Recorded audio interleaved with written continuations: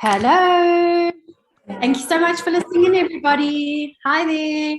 On the other side, we're coming to you from Windhoek. Thank you so much for having us here today.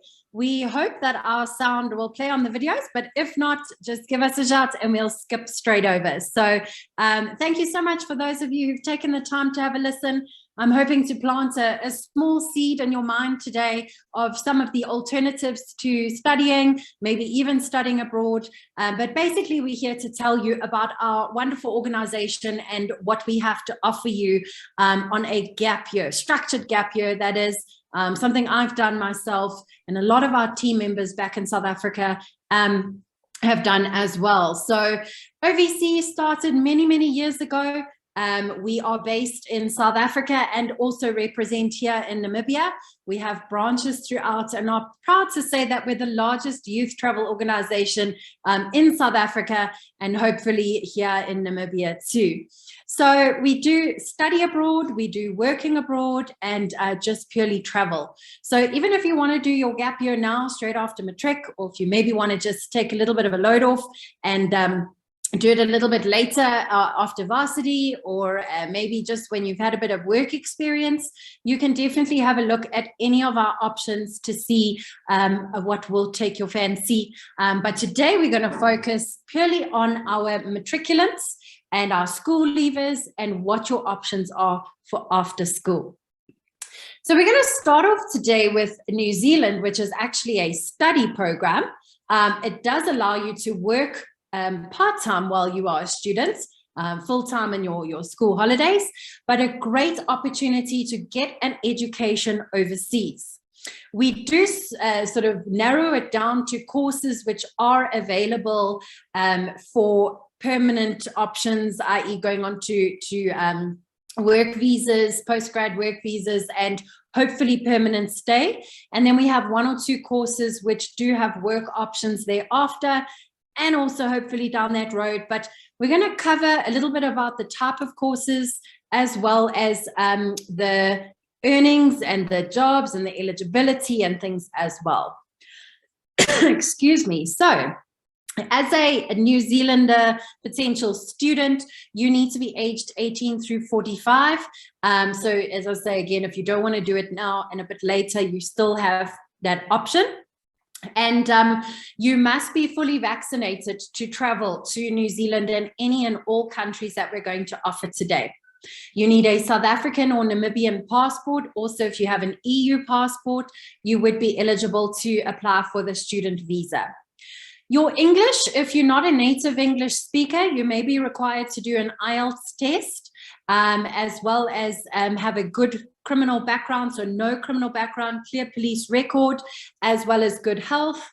And then any work experience that you can put in your application, part-time, full-time, will be beneficial. But if you're straight out of matric with just your basic matric education, that's absolutely sufficient to apply for conditional offer at the university and colleges that we work with.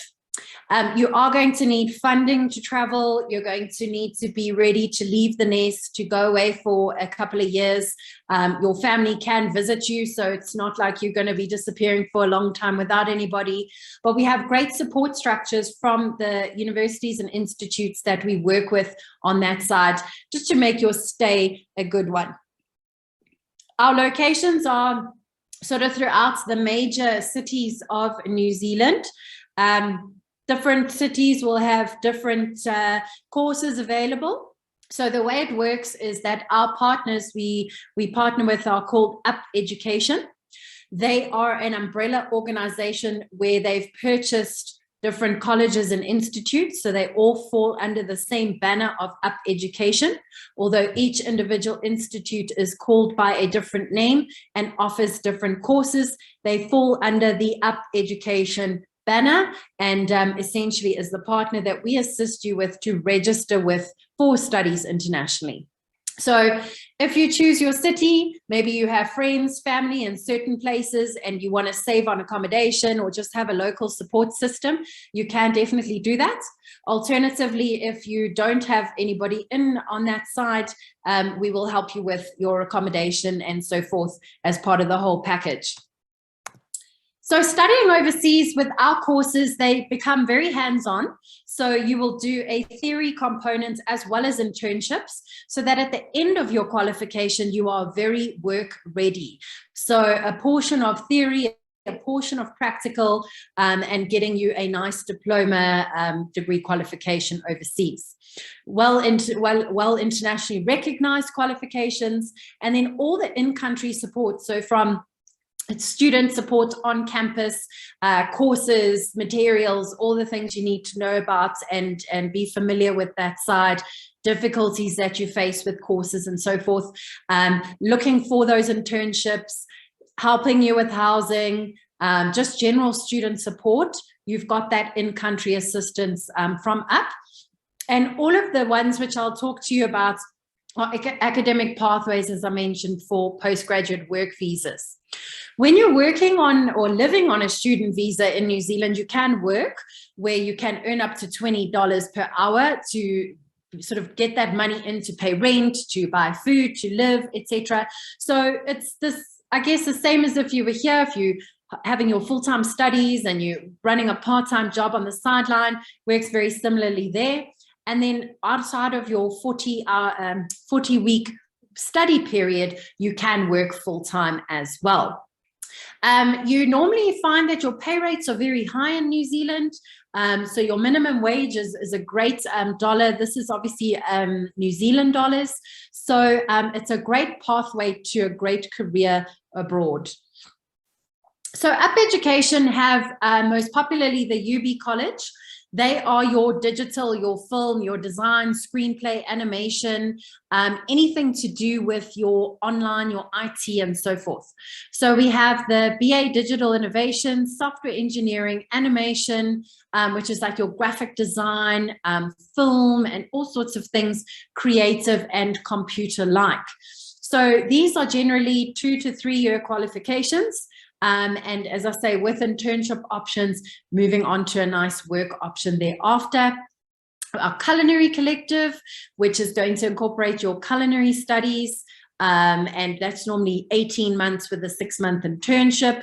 Hospitality management for more the front desk, food, bev, that type of side of things, as well as with a 18-month theory and a 6-month practical portion. And then we have the diploma in sports and recreation and exercise, which incorporates your sports on the sidelines. So if you're sporty, if you're active, if you fancy playing club rugby or club sports, that side, it's a great way to go and work and do your training at the same time and possibly play local, college, provincially, etc. On this slide, our top courses, the one at the top in the green is an option where you can definitely move on to your work visa and onto permanent stay. Of late, the culinary collective and the sports diplomas were taken off of what we call the green list. The green list being one where there are skill shortages and they are very high on the demand for people coming in country and being able to live permanently. So it's not to say that there aren't job opportunities after the culinary and sport qualifications. It just means that it's harder to get onto that pathway to residency. But where there's a will, there's a way. And either which way, you will have a great education with those with great job opportunities thereafter. You've got the early childhood teaching. So if you enjoy foundation phase, your kindergarten level, these courses you can actually choose to study online and do your final year in New Zealand, or you can go for your full 2, 3, 4 year qualification in New Zealand. The benefit of doing a part online and some there is that you will find that there's quite a difference in the cost structure. So that could be quite beneficial to you. But this is such a high demand option that doing teaching in New Zealand will definitely guarantee you a nice pathway onto new options in country.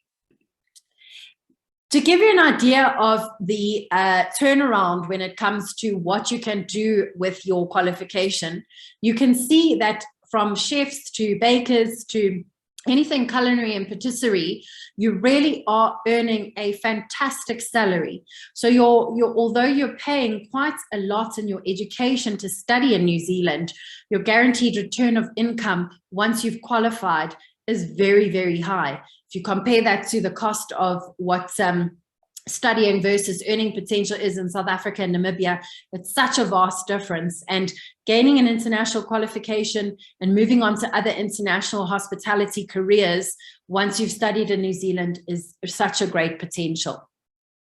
We've got our software engineers and security analysts where you can earn up to 180,000 per annum. So even at a junior level, you're coming in with a 50 to 80,000 earning potential. So you can really see, although it may be an expensive education to gain, the long-term goal of earnings is there. With the studying in New Zealand, your courses, as I mentioned, are generally about 2 to 3 year qualifications, and we will help you with the enrollment process. You will have anywhere up to sort of a departure every sort of 6 to 8 weeks. So if you have gotten your matric results when you come out in January, you can already apply in your matric year with your second, third term, any sort of results that have come out so far, and submit it to get a conditional offer. You would then likely get a conditional offer saying that on approval of your final matric results, we will move to official acceptance. It is important that you do work hard and you produce good results. There is no specific point system or anything that they're looking for, but they will look in at any work experience and any studies that you've done, part-time jobs, full-time jobs, anything will add in. If anything, as I said, you mentioned you might have to do the English exam. New Zealand, we will help you with the enrollment. Once you've been accepted by the university or institute, we will help you with your visa application. Once your visa is approved, we will then organize your flights. And as part of the parcel, you will also get your housing. So there are options of living in student apartments with a host family, if you want to live with friends or family, but you will have accommodation once you get that site. And then obviously the student support will take you on and under their wing to ensure your success as a student in New Zealand. And I have no idea what that alarm is. I'm so sorry. I think it's coming from outside. So I'm hoping that you can hear. Oh, and then lastly, our educational earnings sectors. So there you can see your earning potentials as an early childhood teacher or lecturer in New Zealand as well. So we're going to skip on to our Camp America program. This is an option where you can go and work in America. So we're going to put the studies aside and look at one of our gap year programs. All right. Is that alarm very loud? Sorry, I know we're recording and everything.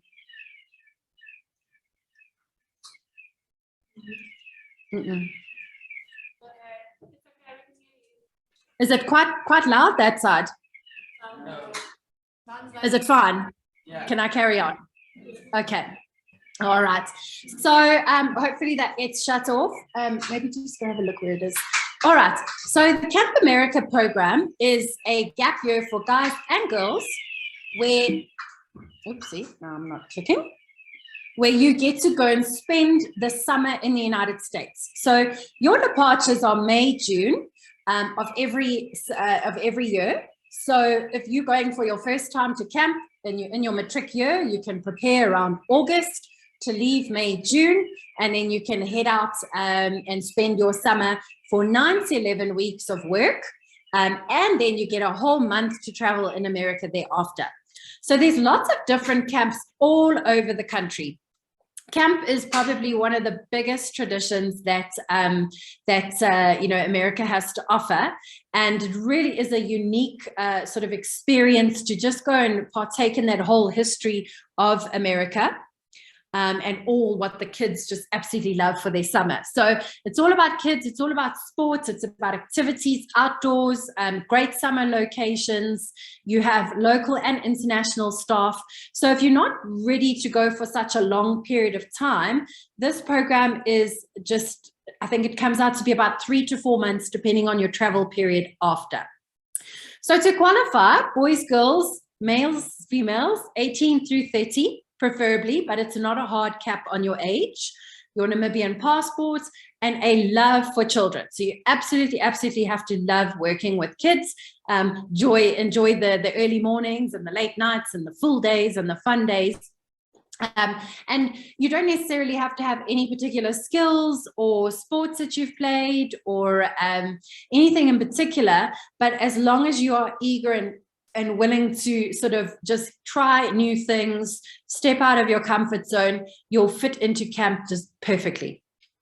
You are going to be working as a team. So as a team member, you will be expected to obviously share your culture, get involved, help out with all the kids, all the chores. But it really is so rewarding when you look back at the summer and how the bonds you've achieved, the new international friends you've made, and so on.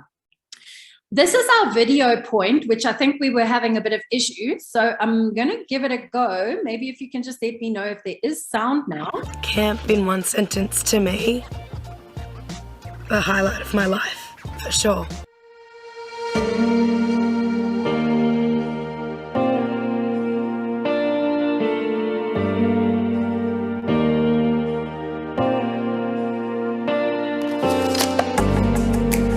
This place is a special place. There is something about this place that I can't describe.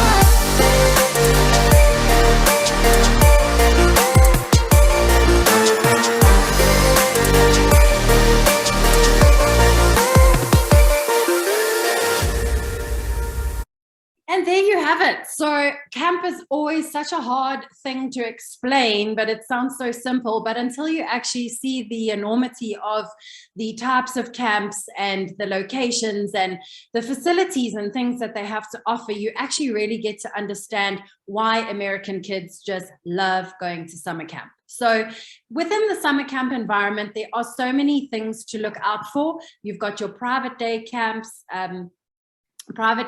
single sex, Christian versus your underprivileged, special needs. So there is such a mix of camp available to choose from.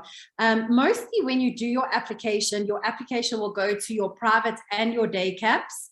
And then your things like single gender, religion, those are things that if you feel uncomfortable with or you're not quite sure about, you don't need to pick them or choose your file to be sent to camps like that.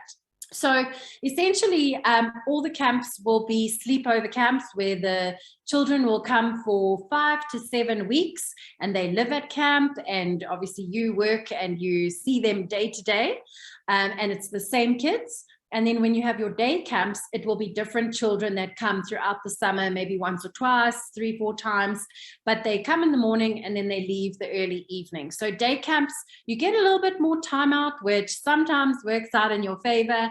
You can have a bit more downtime, relax a bit, because your days are seriously action-packed. At camp, you can either be a general camp counselor or you can be an activity counselor. Now, the difference between the two is maybe if you're leaving school, you haven't really found your niche or your hobby or where your interest lies. So you kind of just want to give it a go to everything, right? Whereas maybe if you are a little bit older, or maybe if you've been a horse rider your whole life, when you go to camp, you might want to run the horse riding activity. Or maybe you've been doing a lot of rock climbing through your life, and when you go to camp, you run that rock climbing activity. So you could be a specialized or a regular counselor, but essentially you are up early in the morning, sun's out, children are out, you've got them up and ready for the day. You're going to do your breakfast runs, cleaning up cabins, tents. It's very rustic accommodation. It's very camp-like and themed and so on. You're running through your morning of either very scheduled activities or kind of like a wherever you feel like going. Each camp is different as to how they run their day, but essentially you've got your midday lunch into your afternoon activities. Normally it's very, very hot at camp, so there's a lot of swimming, whether it be in the lake or in the swimming pools. There's the variety of that. And that goes on into the evening. So the fun only goes down once the sun's gone down and you've done campfires and, you know, you've told all those scary stories and done whatever you need to do in the evenings. And then you get the kids off to bed. And so the new day comes the next day and you do it over and over again the entire summer. So it really is such an awesome way to spend a great summer in the US. Your types of skills that we're looking for, anything water sport, land sport related. It can be creative. It can be a little bit off the beaten path. So your biking and your horse riding. If you're just into general outdoor life and orienteering and so forth, you know, program skills like coaching, driver's licenses. Maybe you've got your skipper's license or any water safety qualifications or certifications of sort. Those would always be an added bonus, but nothing is really a true requirement for camp because they are just so welcoming to people with that energy and that want to have that fun. So summer camp is a program that's going to cost you roughly 10,000 Rand for your application, your program fees, your visa, and that is then excluding your flights and your spending money. So once you bomb that onto it, you can budget normally around 30,000 for your Camp America experience. As part of the Camp America experience, you will be earning money, and that's what you will use to travel in your 30-day after camp experience. So as an 18, 90-year-old leaving camp, you will earn anywhere from 1,400 to about 1,700 US dollars. So you pretty much make all your money back that you've spent to go to camp. So it's a win-win, unless you want to go backpacking and spend all that money and really explore America. But that's your choice of how you would like to take the end of your program. So that's our first gap year and study option. We're now going to move on to studying in the UK. All right, for those of you who need a bit of a geography lesson, there we go. London, back in the UK. We can send you to our partners over to study 3 different courses with a postgrad option. So they are focusing on business and law, and we'll get onto those 3 courses now. But very similarly to New Zealand, you are the same age range, you're needing the same qualifications, so matric, English language tests, no, not anything specific result-wise, but you know, not flunking your matric and just scraping through. You want to obviously pass with a fairly okay result. And then any passport, so African, European is acceptable. And then obviously the fees and funds for your studying abroad. We work with Bloomsbury Institute. There we go. So we've got a BA in business management, your LLB law, and that's normally your business law. And then we've got your accounting and finance management. So those are your 3 main 4-year degrees. The first year is a foundation year. So that's why I'm saying if you don't finish your matric with the best results and you're a bit nervous, they have that entry foundation level for every student to go through, just to acclimatize themselves to the type of studying so that you can then launch into your degree with a good head start. You can also do a 1-year top-up, so a post-grad option for your excuse me, honors in business management. So those are the courses that we offer in the UK. You have 2 different start dates through the year, Jan and September. So if you again submit with your matric results and then you get accepted, you may have to wait for your official results and then do a September intake. But this is also every year 2 intakes. And I know that the January one, they, like with COVID last year, they pushed it out to April, and they started some of the, oh goodness me, some of them online for those first few weeks until you actually got to the UK because of the visa delays and COVID. So we could always push for that so that you don't have to wait for the September intake. But we will help with the online application process. Once you are accepted and enrolled with the institute with your visa, if you're on a European passport, you don't have to worry about the visa. And then once your visa is approved, we book flights and off you go. If you don't have anybody to live with in London that's close enough to commute for school every day, so to speak, we can help you with student accommodation, which is on and nearby the institute. So it's your student digs. That can be pre-arranged as well. And then they also have the same as New Zealand, where you've got your local support, where you will be able to get help with finding work, any problems you're dealing with, being a student in the UK, that on the ground in country support to help out with. Your qualifications for the UK will start out at £12,000 per annum, and that being the 4-year qualification, that's going to be times by 4. There are obviously costs for the visa, the flights, spending money that you need to take with you, but all of that breakdown and so forth, we can share with you if you wish to pursue your study option in the UK. We've got full prospectuses and lots of content for all in-depth questions that you have on any of that. Okay, and then we move on to the au pairing program. So back to our work programs, which we can offer to ladies mostly, and then also when it comes to Germany, Belgium, and America, yes, they are also open to the male applicants if you have a strong childcare background, and if you just have a general love for kids, maybe you're quite involved with coaching and that sort of thing. So let's kick off with our first video to show you a little bit about America and the benefits of au pairing there.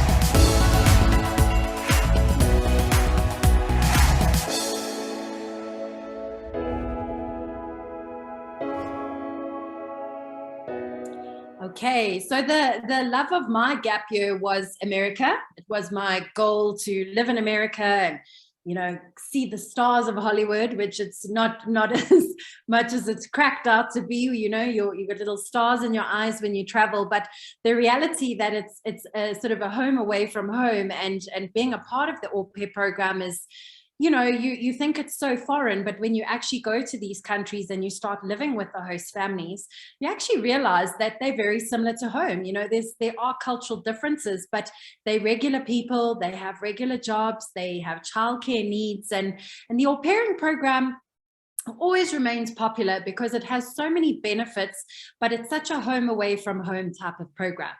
So we have 5 different destinations to offer you today. You can combine them, in other words, do one after the other. You can do 1 or 2 or 5. It's totally up to you, but provided and permitted you fit into the age criteria, and you still meet all the other boxes of application, you can go from one country to the next, enabling you to explore a hell of a lot of Europe and the United States. The American program and the French program go on to a 2-year program if you wish to. So we've got 2 years in the States, 2 years France, and 1 year, 1 year, 1 year in Belgium, Netherlands, and Germany. So to qualify for au pairing, you want to be 18 to 26 for your all except for France, which goes up to 30. And you can begin your application while you are still 17 and go live officially once you are 18. And then travel once you're 18 and go live once you're 18 when it comes to America. Excuse me. So that as soon as you, like now in your gap year, you can leave from Jan, Feb onwards.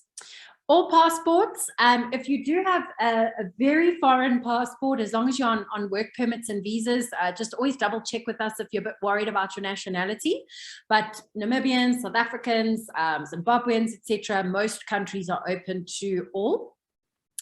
And then single with no dependents and matric or equivalent of, and then lots and lots of childcare experience. So anytime that you have looked after a child from 14 up until now through babysitting, Sunday school, anything like a daycare, teaching, tutoring, you know, helping out family, whatever it might be where you've been responsible for a child will always count as childcare experience. The more you have of it, the stronger your application will be. You also want to have some of these important skills, especially your bike riding for Europe. You know, a lot of us laugh and think, oh, I'm never going to ride around on a bicycle. Well, if you're going to the Netherlands, I've got news for you. On day 2, you'll find your new set of wheels, your new form of transport will be, and your best friend will be your bicycle to get around. So very different, but super fun and super unique. America is mandatory for your driver's license, whereas Europe, it's sort of a bonus. I would push for it if you can, but also be really good on that bike.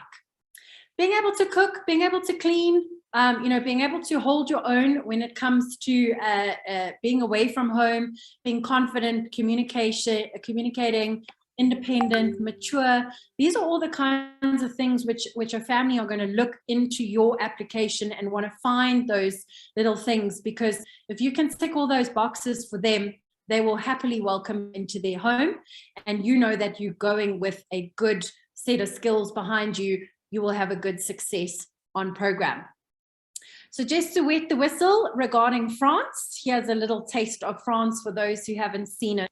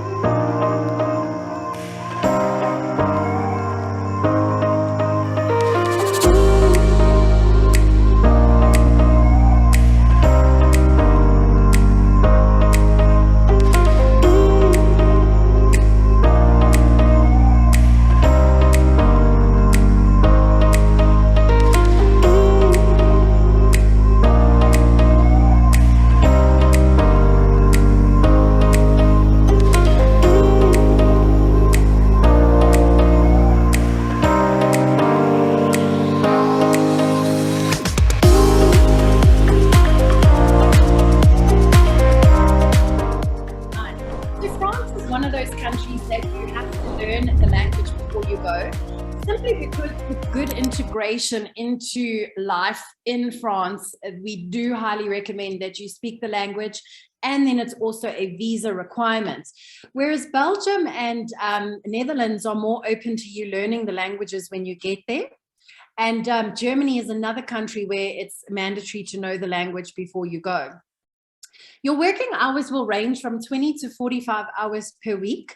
And the day consists of very much what your mom and dad do for you. So running to and from school, helping with homework, bathing, feeding, mealtime, grabbing some groceries, you know, helping clean up around the house. So it's very much like what you know already, but each and every family has different needs. So you need to pick a family where you are going to feel most comfortable living in that lifestyle. You're not looking after too many children, you're not overwhelmed by the working hours, and you really feel confident in the abilities of being able to cook or clean up or whatever it might be in that environment. With the program, with across all countries, you've always got your meetups and activities every month, where you will be able to meet other au pairs from around the world, as well as maybe just local people, and really get to do lots of fun things. They tend to do cultural things such as visiting the windmills, Eiffel Tower. In America, you may go and do, you know, park visits, community outreach, ice skating, you know, depending on the weather, depending on the time of year, 4th of July celebrations, Halloween. There's just so many things in these countries that you can be exposed to and try out, which makes these activities and having other foreign au pairs with you so much more fun. Take time out, go and travel. You will get a weekend off every month, 2 weeks vacation time. With America, you even get a whole month after your program to backpack through the States if you wish to.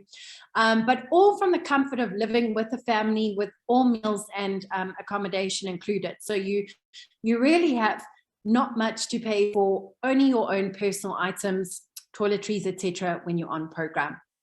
You receive health insurance, you receive all your visa documentation, and most importantly, you earn pocket money while you are there. So you'll earn anywhere from 300 to 450 euros on program with the European programs monthly. And with America, you'll earn up to $800 per month when you are there, but being paid weekly. You have the fees of the program, where you've got France, you've got Germany, Netherlands, America, and Belgium separated here. Now, the German and American programs, you can do your visa in country. So your cost of 17,000 for the Germany and America program, all these ones include application, program fee, visa, spending money, and some of the countries a medical fee. So Germany and America will be as is. France, Netherlands, and Belgium, the costs that you see on the screen, unfortunately for Namibia, you have to come to South Africa for the visa, because the embassies here are not equipped to process visas. So it will cost the trip to South Africa, plus if you need accommodation to get that visa and then head out. So you can sort of budget that into your cost structure as well. You can follow us on social media, you can check out our clients, you can really just ask, and you shall receive when it comes to information and feedback. We want you to be 100% entirely comfortable with your journey, and when you're on your journey, we want you to share that journey with us. We love to see our clients' success, and see how you've grown from our overseas options. And if you do want more info, we're going to pop that up on the screen if you can see it. If you do want to be part of our WhatsApp groups where we share content, specials, what's going on in the travel groups, do scan our codes and you can be a part of the whole experience from today. So guys, thank you for listening. If we have time for questions, if anybody has questions, I'm happy to have. Otherwise, you can join those groups, reach out to us, and we can then help you out with all your individual needs. But thank you so much for having a listen in today.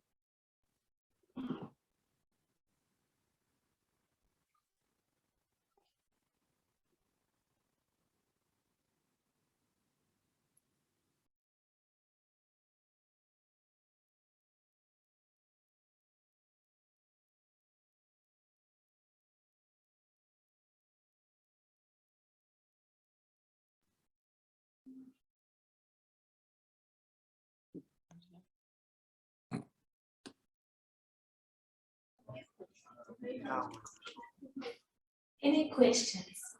Yes. I wanted to ask on the New Zealand part, what's the blue and orange on the cities colors? What's the blue and orange parts on the New Zealand portrait? No, on the cities. they were like orange cities and they were blue and orange cities. Okay, she wants to know what the color patterns meant on the New Zealand map. Do I understand your question correctly? Yes, and I actually thought about that myself. Let me go back to it. Oh, sorry. Now my presentation is, oh, sorry about that. Let's go back there. So let me just share. So normally with Auckland, that's where all the institutes are. Oh, sorry, I don't think I'm sharing now. Hold on. So with Auckland and Christchurch, those are your main cities, and those are normally, they're the capitals of the two North-South Island as well. But normally these are your main cities. So when you're applying for your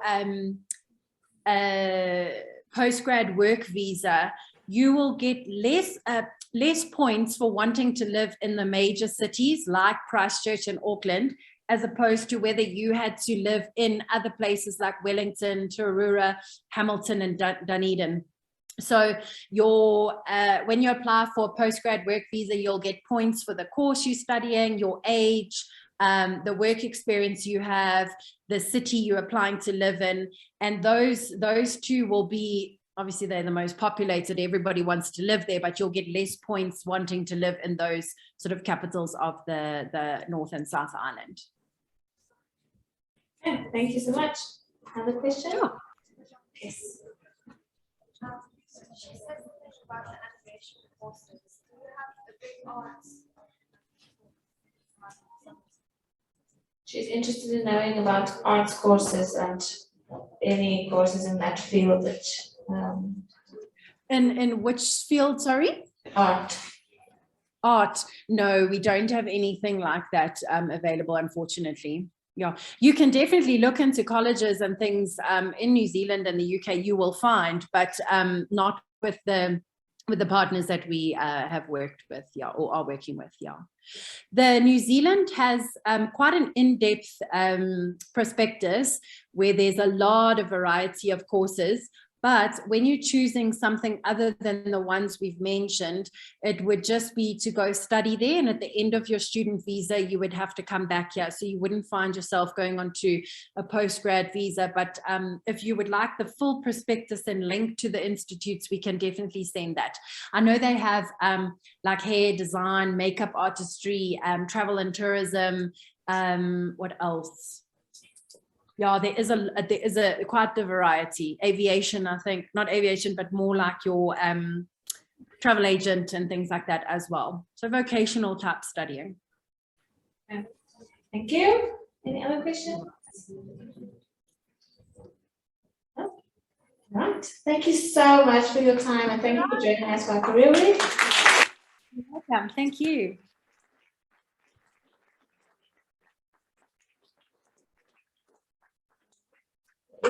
My schedule is correct. We're meeting back here at 4 o'clock for the University of Stellenbosch.